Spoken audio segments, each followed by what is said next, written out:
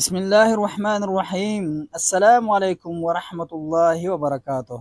پیارے دوستو، سوچئے ایک ایسی آگ جو لوگوں کو جلانے نہیں بلکہ پوری دنیا سے ہانک کر میدان حشر کی طرف لے جانے آئے گی۔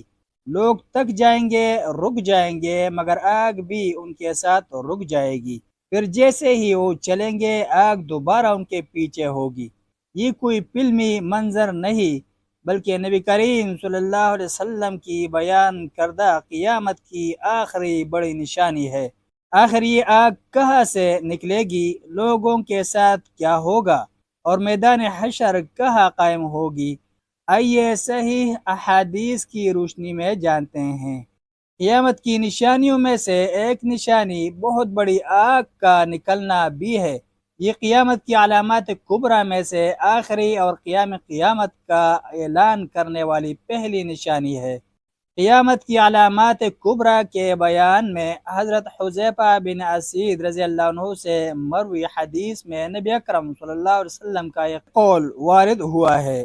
ان میں سب سے آخری نشانی ایک آگ ہوگی جو یمن سے نکلے گی اور لوگوں کو ان کے محشر کی طرف ہانکے گی۔ جب یہ آگ پھیل جائے گی تو اس کے ہانکنے کی ابتدا مشرق سے ہوگی۔ اس کی تائید اس بات سے ہوتی ہے کہ فتنوں کی ابتدا ہمیشہ مشرق سے ہوتی ہے، اور مغرب کو اس لیے انتہا مقرر کیا گیا ہے کیونکہ شام کا علاقہ مشرق کی نسبت سے مغرب ہوتا ہے۔ جب یہ عظیم آگ یمن سے ظاہر ہوگی تو روئے زمین پر پھیل جائے گی اور لوگوں کو ارض محشر کی جانب ہانکے گی۔ آگ انہیں اس طرح جمع کرے گی کہ پیچھے سے انہیں گھیر لے گی اور ہر جانب سے انہیں ارض محشر کی جانب ہانکے گی۔ حضرت ابو ہریرہ رضی اللہ عنہ سے روایت ہے کہ لوگوں کو میدان حشر میں 3 طریقوں سے لایا جائے گا۔ کچھ رغبت اور خوف سے آئیں گے، کچھ ایک اونٹ پر 2 3 4 یا 10 افراد ہوں گے۔ باقی لوگوں کو آگ اکٹھا کرے گی۔ جہاں وہ قلولہ کریں گے، آگ بھی ان کے ساتھ ٹہرا کرے گی، اور جہاں وہ رات گزاریں گے، آگ بھی وہاں رات گزارے گی۔ جہاں وہ صبح کریں گے، آگ بھی وہاں صبح کرے گی، اور جہاں شام کریں گے، آگ بھی وہاں شام کرے گی۔ مطلب یہ ہے کہ اس آگ کا مقصد لوگوں کو جلانا نہیں ہوگا بلکہ انہیں محض شام میں واقع عرض محشر کی طرف چلانا ہوگا۔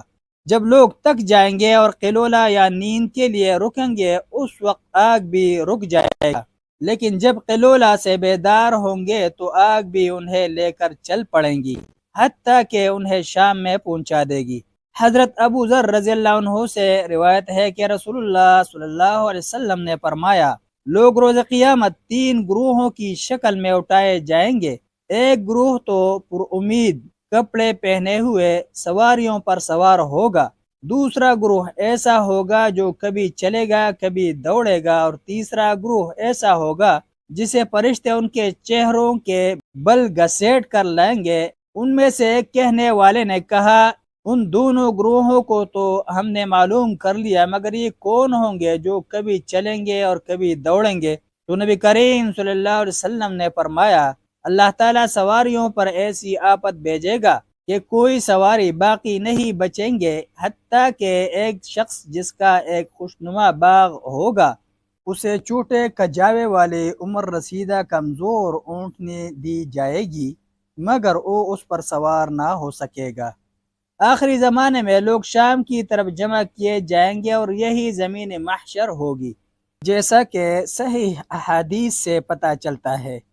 ملک شام کے عرض محشر ہونے کا سبب یہ ہے کہ جب آخری زمانے میں فتنے واقعہ ہوں گے تو ملک شام ہی امن اور ایمان کا مرکز ہوگا۔ رسول اللہ صلی اللہ علیہ وسلم نے شام کے لیے برکت کی دعا فرمائی ہے، جیسا کہ صحیح بخاری میں حضرت ابن عمر رضی اللہ عنہما سے مروی ہے کہ نبی اکرم صلی اللہ علیہ وسلم نے فرمایا، اے اللہ تو ہمارے شام میں برکت عطا فرما، اے اللہ تو ہمارے یمن میں برکت عطا فرما۔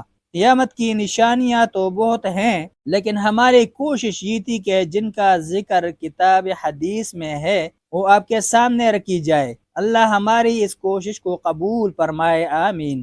علامات قیامت کے متعلق بتانے کا مقصد یہ ہے کہ ہماری زندگی میں ان سے کچھ ثمرات و فوائد بھی حاصل ہوں۔ کہیں ایسا نہ ہو کہ محض انسان اپنے علمی ذخیرے میں اضافہ کے لیے جمع کرتا رہے اور روزمرہ کی عملی زندگی میں ان کی کوئی خاص تاثیر ہی نہ ہو۔ اگر ایسا ہے تو پھر کوئی فائدہ نہیں۔ اللہ تعالیٰ سے دعا ہے کہ وہ ہماری زندگی کو بعمل بنا دے اور ہمیں ہر قسم کے فتنوں سے محفوظ رکھے، آمین۔ ملتے ہیں کہ نئی ویڈیو کے ساتھ۔ جزاکم اللہ خیرہ۔ السلام علیکم ورحمۃ اللہ وبرکاتہ۔